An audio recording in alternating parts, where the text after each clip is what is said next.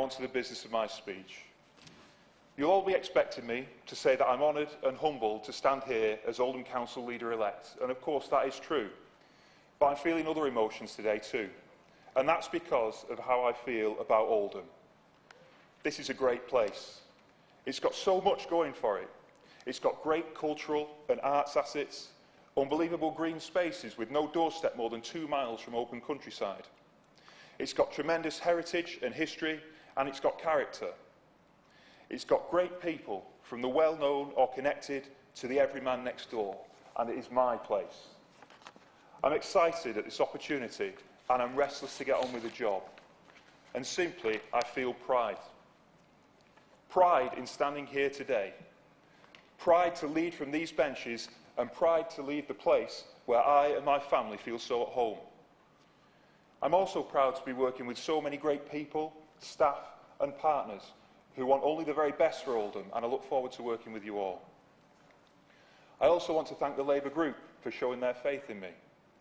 No energy will be spared in getting our momentum together to become an administration that we can all be proud of, and my door is always open for ideas and the discussions that we will need to make progress.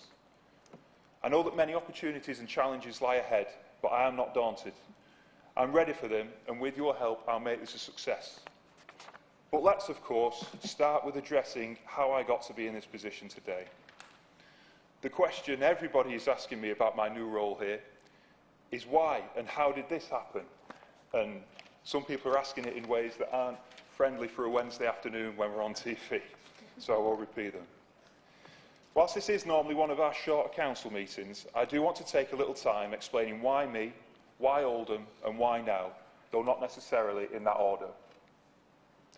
Of course, just a few weeks ago, the Labour Party had a successful set of results in the local elections.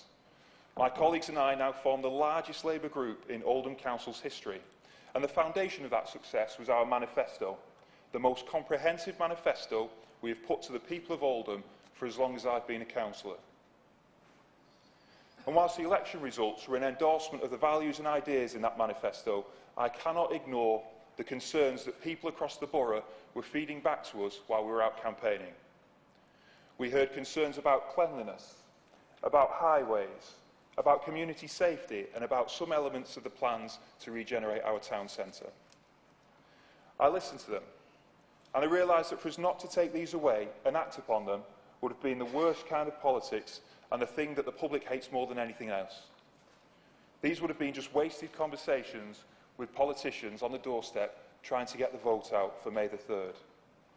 And that's what led me to stand for Leader, to bring those issues to the fore. I want to use what I learned on those doorsteps to bring new energy, new ideas and a sharper focus on what happens next for Oldham. I'm driven by and empowered by my own experiences and environment, and as Leader I am determined to seize this moment. That is not to say that I am rubbishing what came before today, but I do want to inject something new. That's what's expected of me as council leader, and that's what I'll strive to do. There's been some fantastic progress in Oldham in recent years, and I can reel off many great achievements and projects that range from bricks and mortar, like the Old Town Hall and new leisure centre, to schemes that have made huge differences to people's everyday lives, like Warm Homes Oldham or Get Oldham Working. So many great projects and services and examples of people going the extra mile.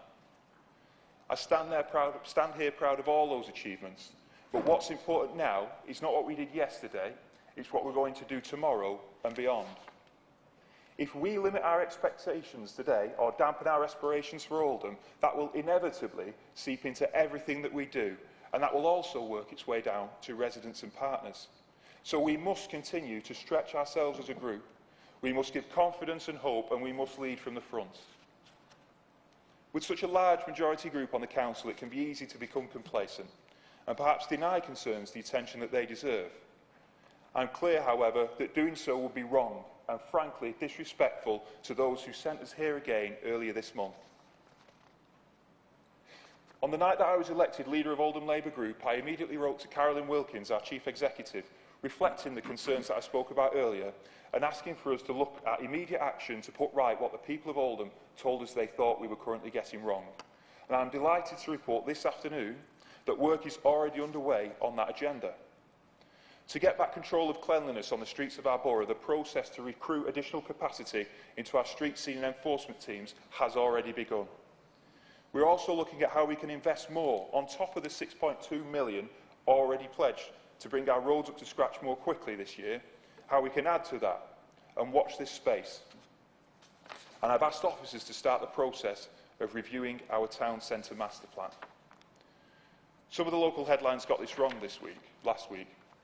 I'm not ripping up the master plan, why would I? But what I am saying is that a new council leader, it's only right that I look at the plans on the table and make sure that they are absolutely right for our borough. This is a plan going ahead all the way to 2035. Show me a plan looking nearly 20 years ahead that stayed the same throughout, and you'll be showing me a plan that failed. It's true that I have my own preferences and views. I want a renewed focus on town centre living. And I feel passionately that the Queen Elizabeth Hall, which we had our lunch in today, of course, and our much-loved Market Hall must remain. I'll look at the facts, the figures and the evidence and come up, working closely with the team here, with a view on what is best for our future. Beginning with the Town Hall Cinema development, we have transformed the face and economy of Oldham Town Centre, and that transformation is continuing with the work in the Cultural Quarter at the new Heritage Centre and Coliseum Theatre. So let me be clear, I have no intention of stopping this process, but in order to command the support of the people of our borough, we must ensure that we occasionally pause, reflect and make time to listen to the views of those that we represent. This is what I and my colleagues in the administration are doing now. We cannot stand still and assume we have got everything right. That would be dangerous for our borough. So I think that covers why Oldham and why now, but why me? Just over 28 years ago, I was born not very far from here in the Royal Oldham Hospital on Rochdale Road. I'm not going to pretend to be one of those politicians who trades on having grown up in poverty, because quite simply I didn't. My dad was, and still is, a bus driver at Mumps Depot. And until recently, my mum worked at Manchester City Council in the debt recovery team. Neither of these were highly paid jobs, but through overtime and shift work, it meant that my parents could provide a comfortable life for me as I grew up. It meant that I had a safe place to sleep every night. It meant that I lived in a house where there was always a quiet space to do my homework from Paddock Lane and Failsworth schools. And it meant that I had a stable home that allowed me to get on in education, get a good job, and ultimately arrive here as leader of Oldham Council. Sometimes the overtime my mum would do and the shifts that my dad would work would mean that they didn't see each other for days. When I asked why they worked so much, they said it was because they wanted to give me all of the opportunities that they never had. Sadly, today, stories like mine are much less common in Oldham. The shortage of good quality, affordable housing means that too many children don't have a safe place to sleep at night like I did. It means that they don't have a quiet room to study in so that they can get the most out of school.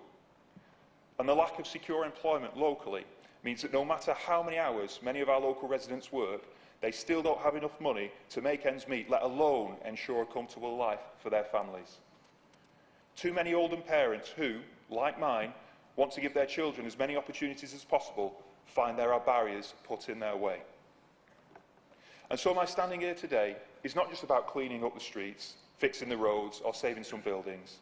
It's about the principle of giving Oldham people the tools that they need to provide for themselves and their families and support them to reach their potential. Despite the barriers the national government may put in our way, we must do everything within our power as a local authority to deliver this. We must provide excellent local education and work towards every one of our schools being good or outstanding by 2020. We must work hard to secure investment in our borough and create jobs that local people can access to earn a good living. We must maximise the benefits of health devolution and close the shocking gaps in life expectancy between areas like Inner Oldham and Saddleworth. And we must ensure that the most vulnerable in our communities are cared for by continuing to improve our social services. I've built a new team with refreshed cabinet portfolios to get to work on all of these things. I believe in having a strong team, and I believe in the value of partnerships. The Council's cooperative working shows their value, and that's the approach that works best for Oldham, and it's the approach that will continue. Much has been made of the fact that I am the youngest ever leader of Oldham Council, but so what? Please don't define me like that. My past, present and future is all invested in the borough, and this is what really matters. That's who I am. And please do not make the mistake that youth equals inexperience and that experience equals wisdom. What matters above all is having the right vision to move this town forward. What you really need to know about me is that I am like anyone in the chamber or any other resident watching this. 2 years ago, Sophie and I bought our first house together in Failsworth. It was a huge moment. We invested all our hopes and dreams in that house, and we did so in the belief and faith that Oldham can be a great place to live. And all of us here need our borough to succeed because we all live here, we've all invested here, and we have our families here. We all want to live in a place that people from outside look at and would love to live. And that's the goal for Oldham that I'm sharing with you today. That's the ambition that defines me, not my age. I know that achieving some of the goals that we are setting is going to be hard and mean tough decisions. But nothing makes me more determined than people telling me something cannot be done or telling me to aim lower. So my message, if you're hungry and ambitious for Oldham, join with me. We could have achieved none of what we have today without inspiring people in local communities, tireless campaigners in the voluntary sector, great public servants across all services, and residents prepared to do their bit. My message to all of those is that we need you now more than ever. We have our challenges, but we will meet them if all these people and institutions are working together. Oldham can achieve great things, and the future can be very bright.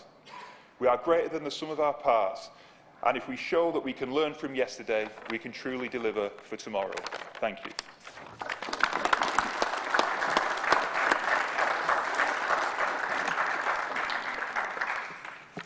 Thank you, Councillor Fielding.